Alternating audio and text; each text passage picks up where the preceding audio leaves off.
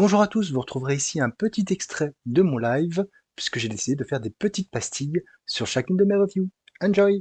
Et on va commencer avec cette intégrale qui clôture les années 60 de Hulk, avec cette intégrale 1969-1970, écrite par Roy Thomas et dessinée par Herb Tramp. Cette intégrale contient les épisodes 122 à 134, effectivement paru entre 1969 et décembre 70.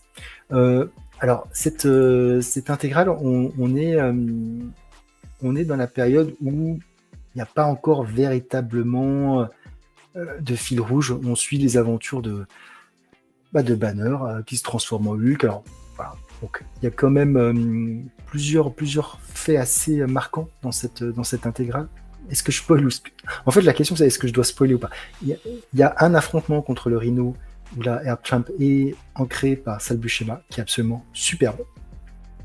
Vraiment, c'est le plus bel épisode qu'il y a dans cette intégrale, parce que Herb Tramp est pas forcément un dessinateur. En fait, il est un dessinateur qui va monter au fur et à mesure, mais il va lui falloir un petit peu de temps pour être vraiment au niveau. Quand il s'ancre lui-même, ce qui constitue la plupart des épisodes de cette intégrale, il reste assez grossier dans ses traits, dans les détails. Dès qu'il est ancré par quelqu'un d'autre, que ce soit Sal Buscema ou John Séverin sur quelques épisodes de cette intégrale, tout de suite on monte de niveau.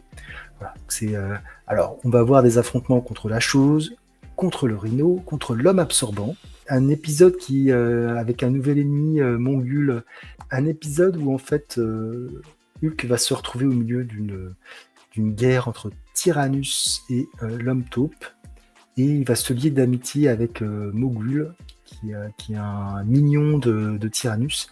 Et la fin est vraiment très intéressante, et on rejoint pour moi d'une certaine manière un petit peu l'épisode que Roy Thomas, il me semble que c'est lui, avait fait sur les Avengers avec la Vision, où il disait que les robots peuvent pleurer, quelque chose comme ça. J'ai trouvé que la fin était finalement assez dure, malheureusement assez sans conséquences, mais qui pouvait susciter beaucoup d'interrogations.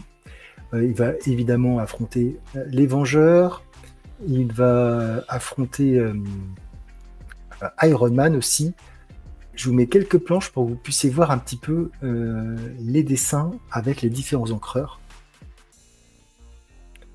Donc, le premier, Herb Tramp tout seul, le deuxième, le leader, ancré par Sal Buscema, et le troisième par John Séverin, avec l'apparition d'un nouveau personnage qui s'appelle Jim Wilson.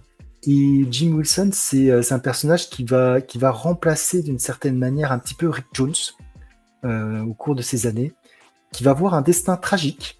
Donc ça va, ce personnage qui pourrait être assez anecdotique, finalement, va perdurer jusque dans les années 80, sauf erreur, avec une fin assez tragique, qui était très liée à l'actualité de l'époque. Donc voilà, donc c'est juste cette petite planche, donc il va y avoir pas mal d'aventures, et puis après on va commencer les années 70. J'ai hâte d'avoir les années 70, de voir un petit peu toute cette période justement avec Sal Buscema, où il y a plein de choses. En fait, ce qui est assez marrant, c'est que le comics, c'est toujours une espèce de cycle. Il y a des histoires qui paraissent nouvelles aujourd'hui, mais qui ont déjà existé dans les années 60-70, qui sont parfois modernisées, reprises dans leur essence et améliorées. Et toute cette partie-là, finalement, c'est assez marrant de voir que Planet Hulk, finalement, se sert de quelque chose qui a existé, finalement, d'une certaine manière. En tout cas, une petite intégrale bien sympathique, que j'ai trouvé mieux que la précédente. La précédente, en fait, on était sur la fin de Stan Lee et le début de Roy Thomas. Donc là, Roy Thomas, je trouve qu'il est plus à l'aise. Les scénarios sont moins ancrés sur la lutte avec l'armée américaine, avec les communistes, etc. Je trouve que c'est un petit peu plus fantaisiste, et c'est assez efficace.